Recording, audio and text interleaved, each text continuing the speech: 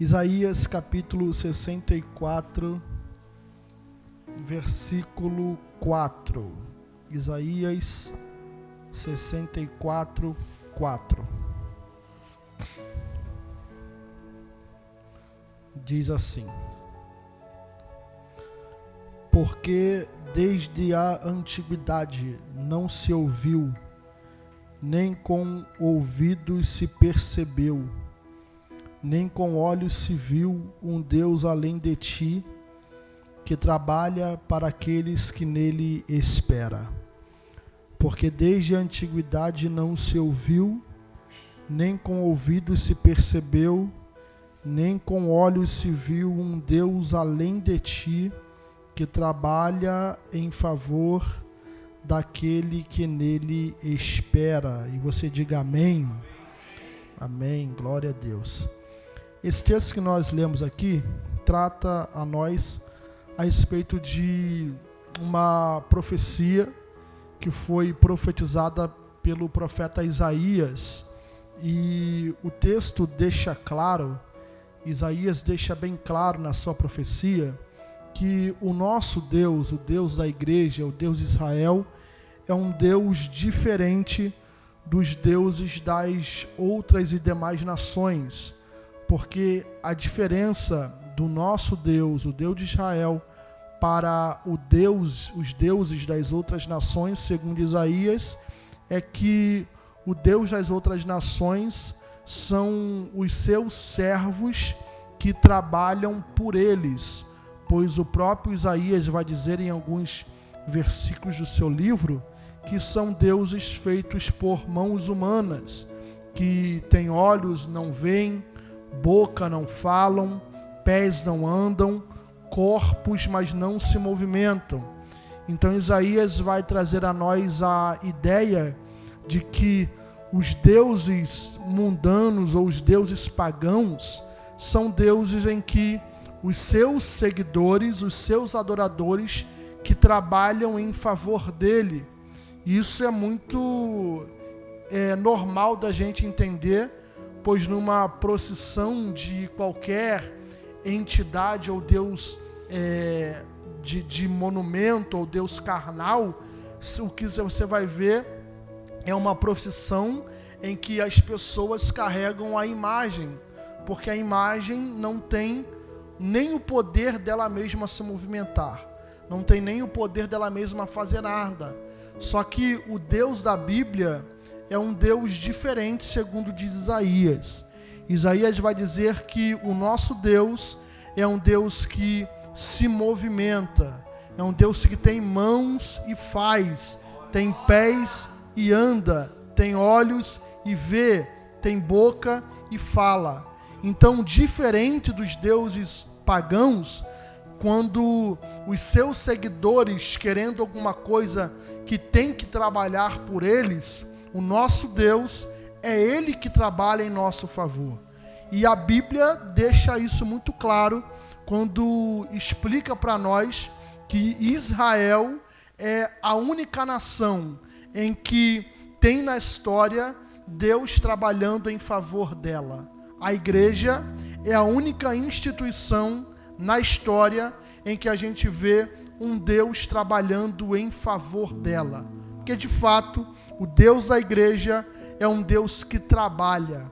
E a gente não tem dúvida disso, porque a Bíblia está repleta de histórias em que a gente vê o povo sem saída, o povo sem condições, o povo sem artifícios para fazer, e nessa hora em que não há saída, que não há solução e que não há artifício humano, é a hora que Deus gosta de trabalhar e prefere trabalhar para o seu povo, para que o nome dele seja glorificado. E a Bíblia está repleta dessas histórias. Eu tenho certeza, se eu fosse contar aqui algumas, você com certeza entenderia a maioria delas. Um exemplo bem claro, a abertura do Mar Vermelho. O povo de Israel está saindo do Egito, cativo lá. Quando eles param na frente do Mar Vermelho, penso eu, Faraó vindo atrás, sabendo a geografia do lugar, talvez até desacelera um pouco o passo, porque sabe que não há para onde ir.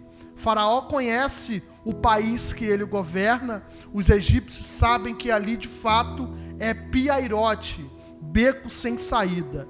Na frente do povo está o Mar Vermelho, do lado do povo estão as montanhas que não tem como transpor, e atrás do povo está vindo o Faraó com seus carros e cavaleiros. Todo mundo se desespera, o povo se desespera, os líderes se desesperam, Moisés fica apavorado porque o povo falando na cabeça dele, ele não sabe nem o que fazer naquele momento, e Faraó está certo que ali é a sepultura do povo hebreu.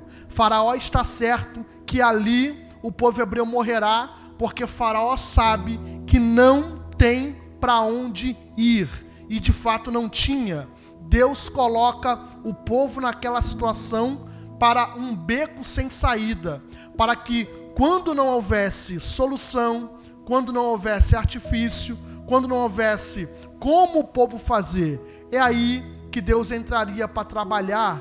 E é isso que Deus faz. A Bíblia vai dizer que quando Moisés clama ao Senhor, o que Deus fala para Moisés é: Moisés, por que clamas a mim? Eu já preparei um caminho no meio do mar para o meu povo atravessar. Marche, porque eu sou com vocês. E aonde Faraó achou que não teria condição de saída, foi ali que Deus criou aquela situação, aquele caminho, para que pudesse trabalhar. Então, a Bíblia está de fato cheia de histórias em que a gente não tem dúvidas de que o nosso Deus é um Deus que trabalha. A gente ora, a gente crê, a gente busca, a gente clama, a gente adora, porque a gente acredita que o nosso Deus é um Deus que trabalha. Só que Deus não trabalha para qualquer tipo de pessoa. Isaías vai dizer que Deus trabalha para quem espera em Deus. Então Deus trabalha para a classe daqueles que esperam. E dentro da Bíblia a gente consegue enxergar que Deus trabalha, porém todo trabalho tem suas especialidades. E Deus também tem duas especialidades quando trabalha. Deus trabalha de duas formas ou com duas especialidades. Quais as duas formas que na Bíblia a gente vê Deus trabalhar? A primeira é vitória e a segunda é milagre. Deus trabalha com vitória e Deus trabalha com milagre. Eu repito, Deus trabalha com vitória e Deus trabalha com milagre. Qual é a diferença entre Deus trabalhar com vitória e Deus trabalhar com milagre? Se é que existe alguma diferença. Às vezes a gente vem para o culto e a gente crê que Deus dá vitória e a gente crê que Deus faz milagre. Mas qual é a diferença de um para o outro? Porque vitória é vitória, milagre é milagre. São duas coisas diferentes. E a pergunta é: qual a diferença de um para o outro? Biblicamente falando, vitória é quando Deus se utiliza de coisas naturais para abençoar o seu povo. Isso é vitória. Vitória é quando Deus usa os meios naturais, os meios humanos, para que, operando Ele naquele meio, naquele fim, Ele possa dar vitória ao seu povo. Eu acho que hoje a gente tem um exemplo bem claro de vitória aqui. A Sara passou no TCC com 10, diga glória a Deus, irmão. Passou no TCC com 10, e eu seria leviano da minha parte dizer que foi milagre. Não foi milagre, porque a Sara está estudando há anos para isso. Ela está se capacitando há anos para isso. Leandro, não é difícil? Muito difícil. Não é complicado? Ela sabe que é complicado. Só que o culto hoje é em ação de graça, não por um milagre, porque ela estava estudando para isso. É por uma vitória. Por quê? Porque Deus deu condições a ela para que ela tivesse entendimento e conseguisse passar naquela prova. Então, é Deus se utilizando do esforço humano, é Deus se utilizando da capacidade humana, é Deus se utilizando dos meios naturais para abençoar o seu povo. Não que não seja mérito, claro que é, mas é vitória, não é milagre. É quando Deus se utiliza das probabilidades para abençoar o seu povo. Na Bíblia existe isso. Você lembra da guerra entre Israel e os filisteus e a luta entre Davi e Golias. Ninguém naquela guerra fala que foi milagre. Todo mundo fala que foi vitória. Porque embora Golias seja mais forte, Golias seja mais experiente, Golias seja mais habilidoso, é 1 a 1. É homem a homem. Então, há a probabilidade de Davi vencer. Há a probabilidade de Davi ganhar. Afinal de contas, é por isso que ele está ali. Porque ele também acha que existe possibilidade de vencer. Então, quando Deus entra naquela situação ali, Golias fala, tu vem a mim com pau e pedra, e Davi diz, eu não vou a ti nem com pau nem com pedra, eu vou a ti no nome do Senhor dos Exércitos, o Deus que dá vitória, porque é isso que Deus faz em meio a um exército, ele entra com vitória. Então essa é a primeira forma que Deus trabalha em favor de seu povo, é a forma chamada vitória. Leandro, qual é a segunda especialidade? A segunda especialidade é milagre. E qual a diferença de vitória para milagre? Enquanto vitória é Deus se utilizando de coisas naturais para nos abençoar, milagre é um pouco mais embaixo. Milagre é quando Deus acho que a palavra é essa, é quando Deus infringe, é quando Deus viola as coisas naturais para abençoar o seu povo. Porque vitória é quando a probabilidade fala assim, existe uma chance de você conseguir, se esforça que eu sou contigo. Mas milagre é quando você diz, não tem chance de conseguir, não tem como conquistar, não tem como conseguir. Aí quando a gente diz que não tem como, é aí que Deus entra com a segunda especialidade, porque vitória era a probabilidade, milagre é quando Deus usa a impossibilidade para dizer aquilo que é impossível para você, para mim é especialidade. Glória a Deus. Então, milagre é Deus usando ou infringindo, violando as leis naturais para nos abençoar. Então, eu não sei essa noite se você veio aqui buscando vitória ou se você veio aqui buscando milagre. Mas uma notícia boa eu tenho, é que Deus é especialista tanto em vitória como em milagre. Seja qual for a nossa necessidade, a Bíblia diz que Deus é um Deus que trabalha. E pensando sobre isso, vindo no caminho, o pastor Romero falou que a gente vai orar sobre cura. Eu pedi a Deus uma palavra e Deus me fazia lembrar de Jairo. Lucas capítulo 8, se eu não estou enganado, a Bíblia diz que Jairo é um principal da sinagoga, que vai a Jesus na intenção que Jesus faça por ele ou dê a ele uma vitória. Porque o texto vai dizer que a filha de Jairo está doente. Ele já tentou de tudo, mas ela ainda não morreu. Ela está doente. Quando Jairo vê que a filha dele está doente, ele vai a Jesus, é porque Jairo julga haver uma probabilidade de que Jesus possa curar a sua filha. Afinal de contas, ela está doente, não está morta. Aí o texto vai dizer que Jairo, um homem de prestígio, de posição, de uma boa situação, vai se despir disso tudo e vai procurar Jesus. Quando Jesus ouve a história de Jairo, a Bíblia vai dizer que prontamente Jesus vai até a casa de Jairo. Ele está no caminho indo para a casa de Jairo. Só que você conhece melhor do que eu, que na história de Jairo, entra a história da mulher do fluxo de sangue. É no caminho para a casa de Jairo que essa mulher vai ouvir que Jesus está passando, vai romper a multidão, vai tocar em Jesus, vai se esconder, a virtude vai sair de Jesus, vai passar para ela vai ficar curada. Aí Jesus vai falar, alguém me tocou. Aí Pedro vai dizer, Senhor, a multidão te aperta, te oprime, tá um negócio esquisito aqui, todo mundo te tocando. Aí Jesus fala, não, alguém me tocou diferente, porque de mim saiu virtude. A Bíblia diz que a mulher, vendo que não podia se ocultar, se apresenta para Jesus, e o texto vai dizer, declara a Jesus tudo o que estava acontecendo com ela. O texto diz que quando Jesus ouve a história, Jesus olha para ela e fala assim, vai em paz, a tua fé te salvou, não peques mais, seja curada. O texto deixa claro que é na ida para a casa de Jairo. Então a gente há de concordar, irmão, que essa mulher romper a multidão, tocar em Jesus, se esconder, ser descoberta, Jesus curar, ela conversar, isso aqui demanda tempo.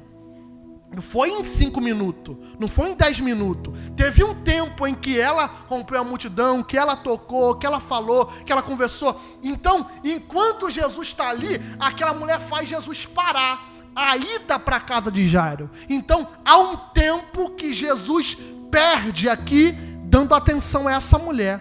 Tempo esse que para Jairo é precioso, porque afinal de contas a filha dele está doente em casa. Então, esse tempo que Jesus está perdendo com a mulher ali, é o tempo que a filha de Jairo está morrendo em casa. Aí o texto vai dizer que Jesus vai curar essa mulher. Irmão, você para pensar, eu pelo menos paro para pensar dessa forma. Jairo, vendo Jesus parar ali, e claro que desesperado, porque um pai, sabendo que a filha pode morrer a qualquer momento, se desespera, porque Jesus está demorando demais, mas a mulher é curada. Quando aquela mulher é curada, na minha opinião, a fé de Jairo deve reacender. Jairo deve pensar, não, se ele conseguiu curar essa mulher, 12 anos doente, ele também consegue curar a minha filha. Se ele fez por ela, ele também pode fazer pela minha filha. Se ele deu vitória aqui, ele também pode dar vitória lá. Quando a fé de Jairo reacende, que a mulher é curada, Jesus despede ela, a Bíblia vai dizer que entra alguém da casa de Jairo. E esse mensageiro vem com uma notícia. E a notícia é, Jairo, não incomodes mais o mestre. Por quê? O tempo que ele perdeu aqui com essa mulher, o tempo que ele deixou de se apressar para chegar na tua casa, foi o tempo que o que você mais temia aconteceu. A sua filha acabou de morrer. Aí o texto vai dizer que a palavra dele é, não incomodes mais o mestre, porque a menina está morta. O texto vai dizer que Jesus olha para Jairo, e eu acho demais, irmão, porque Jairo, quando a fé reacende, ele recebe a notícia, e a notícia é, não adianta mais buscar, não adianta mais buscar Jesus, não adianta mais levar Jesus para sua casa, não adianta mais fazer, não adianta mais se esforçar, porque o que você temia aconteceu, a menina morreu. O texto diz que Jesus não repreende quem dá a notícia, porque Jesus sabe que a notícia é verdade. Quando Jesus ouve a notícia, o que Jesus olha para Jairo e fala é, Jairo, não temas, creia somente. Leandro, o que Jesus está querendo ensinar para Jairo aqui? O que Jesus está querendo ensinar para Jairo é que as más notícias não podem te fazer deixar de crer.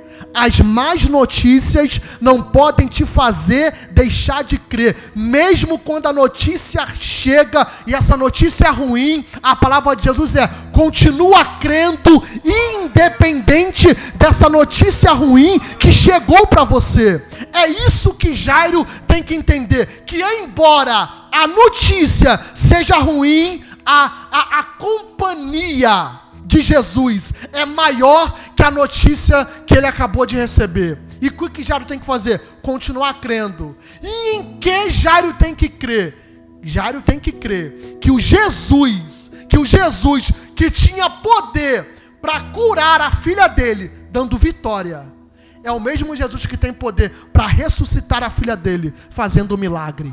Oh, glória a Deus. Então, o que Jesus está deixando acontecer aqui é a situação apertar.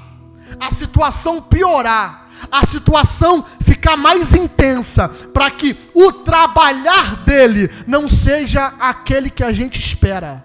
Porque às vezes a gente espera que ele trabalhe com vitória, só que às vezes Jesus deixa a vitória passar, para que quando a vitória passe, a gente fale, não tem mais jeito, não tem mais como, não tem mais condição. E é nessa hora que ele não trabalha com vitória, ele trabalha com glória a Deus.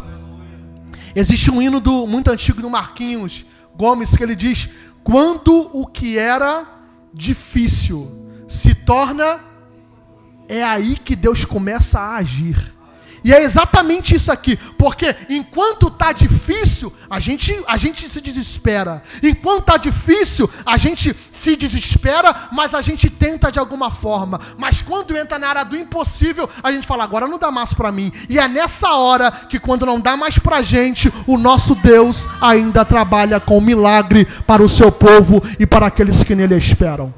É exatamente isso que o texto deixa claro para nós, que Jairo achou que Jesus só tinha poder para curar, só que Jairo teve que entender que Jesus também tinha poder para ressuscitar. Oh, glória a Jesus. O que eu vim pregar aqui essa noite, irmão, é que o teu Jesus tem mais poder do que você pensa, tem mais poder do que você imagina. Às vezes a situação sai do meu controle, mas quem disse que saiu do controle dele? O que Jairo pensa ali talvez é, se Jesus não tivesse demorado tanto tempo, daria certo. Se Jesus não tivesse se atrasado com a mulher do fluxo de sangue, daria certo. É a mesma coisa que Marta fala para Jesus, Senhor, se tu não tivesse se atrasado, glória a Deus, se tu não tivesse demorado, se o Senhor tivesse chegado na hora que eu mandei a mensagem. E sabe por que Jesus não chegou na hora que Marta mandou a mensagem? Porque se Jesus chega na hora que Marta mandasse a mensagem, era vitória. Glória a Deus. Mas Jesus atrasou para dizer, eu não vou chegar para dar vitória, eu vou chegar para fazer milagre. Oh, glória a Deus. E quando Lázaro estava há 4 dias dentro da tumba, o Jesus chegou lá e disse, Lázaro, sai para fora. E todos viram que Jesus também tinha poder para fazer milagre e não apenas dar vitória. Levante a tua mão para o céu, que eu tenho uma palavra para liberar, irmão. Jesus ainda tem poder para fazer aquilo que a gente não consegue fazer. Talvez seja uma cura, talvez seja uma libertação, eu não sei o que é, mas Ele é especialista tanto em vitória como em milagre. Oh, glória a Deus. Oh, glória a Deus. E eu termino aqui. O que Marta, e eu digo sobre Lázaro, fala para Jesus, é exatamente o que o mensageiro tentou falar para Jairo. Jairo, esquece, não dá mais, ele se atrasou. Quando Marta fica sabendo que Jesus chegou no cemitério 4 dias depois, os irmãos podem ler o texto, os irmãos conhecem. O que Marta fala para Jesus é, Senhor, se tu estivesse aqui, não é isso que ela fala? Se tu estivesse aqui. O que ela está dizendo aqui é, se tu chegasse um pouquinho antes, dava para resolver. Se tu chegasse um tempinho atrás, dava para resolver. Então, você pode perceber que ela está classificando o possível no passado. Ela está dizendo, se tu estivesse, é passado. Ela conjuga a frase no passado. Senhor, se tu estivesse aqui, o meu irmão iria ressuscitar. Se tu chegasse antes, passado. Aí Jesus conversa com Marta e fala assim, Marta, o teu irmão vai ressuscitar. Quando Jesus fala vai ressuscitar, olha a resposta dela para Jesus. Eu sei que vai, na ressurreição do último dia. Você pode perceber, irmão, que a situação é tão complicada para Marta, que ela acredita que Jesus poderia fazer antes e pode fazer depois. Porque ela conjuga a frase no passado, se tu estivesse aqui, e depois ela conjuga no futuro, vai ressuscitar na ressurreição do último dia. Quando os santos ressuscitarem, ele vai ressuscitar. Aí Jesus olha para Marta, e sabendo que ela conjuga passado e futuro, a palavra dele é, eu sou. a ressurreição e a vida. Marta conjuga passado e futuro, só que Jesus conjuga no presente. Marta fala, poderia, poderá, e Jesus fala, posso. Glória a Deus.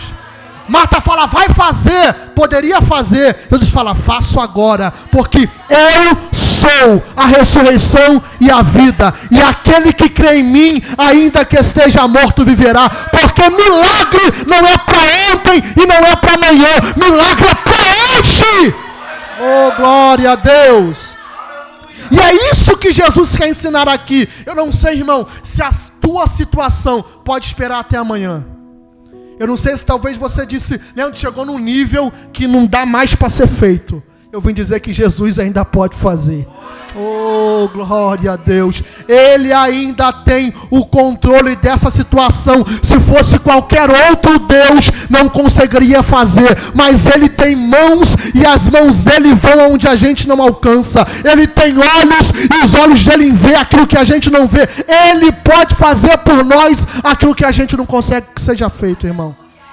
Então o que Jesus está querendo ensinar aqui é que Ele trabalha em favor daqueles que nele esperam. Irmão, sabe o que eu acho demais? Eu termino aqui, na história de Lázaro. É que todo mundo na Bíblia, Jesus atendeu na hora que pediu. Todo mundo na Bíblia, Jesus atendeu na hora que pediu. E não conhecia ninguém. A mulher do fluxo de sangue, Jesus nunca tinha visto ela. Ela tocou curada.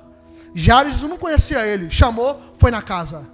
A mulher cananeia, a menina doente na casa endemoniada, Jesus não, estrangeira, ele liberou uma palavra, ela foi curada. O centurião de Cafarnaum com o servo doente, liberou uma palavra, foi curada. Sem conhecer ninguém, ele fazia na hora.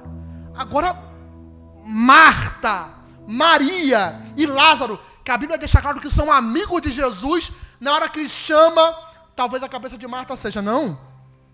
Ele atendeu todo mundo na hora, glória a Deus. Ele atendeu todo mundo rápido. Nem conhecia. A gente que conhece vai ser mais rápido ainda.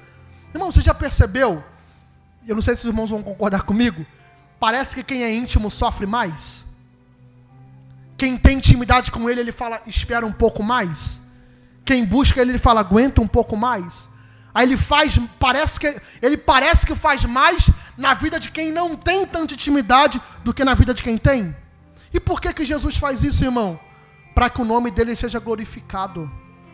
Porque ele sabe que a gente aguenta esperar. Oh, glória a Deus. E a espera, segundo a Bíblia, não é por causa de uma vitória. A espera é por causa de um milagre. Glória a Jesus. Talvez você seja aqui essa noite exatamente assim. E Jesus diz, eu sei que você aguenta esperar mais um pouco. Mas quando eu chegar... Oh, glória a Deus. Quando eu fizer, eu farei e o meu nome vai ser glorificado na tua vida. Todo mundo falava que não tinha como Lázaro ser ressuscitado. E de verdade não tinha, irmão. Aí a Bíblia deixa claro que no enterro de Lázaro, vê se não é assim que acontece com a gente. Jesus chega 4 dias depois, está na Bíblia, que um olha para o outro e fala assim, isso porque era amigo. Está na Bíblia isso. Isso porque era amigo. O que eles estão falando aqui é, isso porque ia para o culto todo dia. Isso porque estava na igreja na campanha. Isso é porque estava dando glória. Atendeu todo mundo rápido, mas a quem buscava ele não atendeu rápido.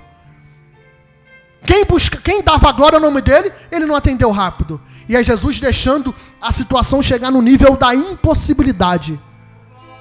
Porque se não tem plateia, o nome dele não é glorificado. Glória a Deus. Se não tem aquela multidão ali, ninguém vê Lázaro saindo do túmulo. Se Jesus só cura Lázaro, Lázaro não seria testemunho de alguém que foi ressuscitado. Mas Jesus esperou chegar no impossível. Oh, glória a Jesus. Oh, glória a Jesus. Pegue na mão de alguém, por favor. Pegue na mão de alguém. Pegue na mão de alguém, por favor. Olhe para ele e diga, Jesus vai esperar você não conseguir fazer para que ele comece a fazer. Porque operando ele, oh, glória a Deus, Operando Ele, ninguém pode impedir. Elemarade, revaia. Glória a Deus. Se coloque em pé comigo, irmão, por favor. Glória a Deus. Glória a Deus. Eu quero orar essa noite.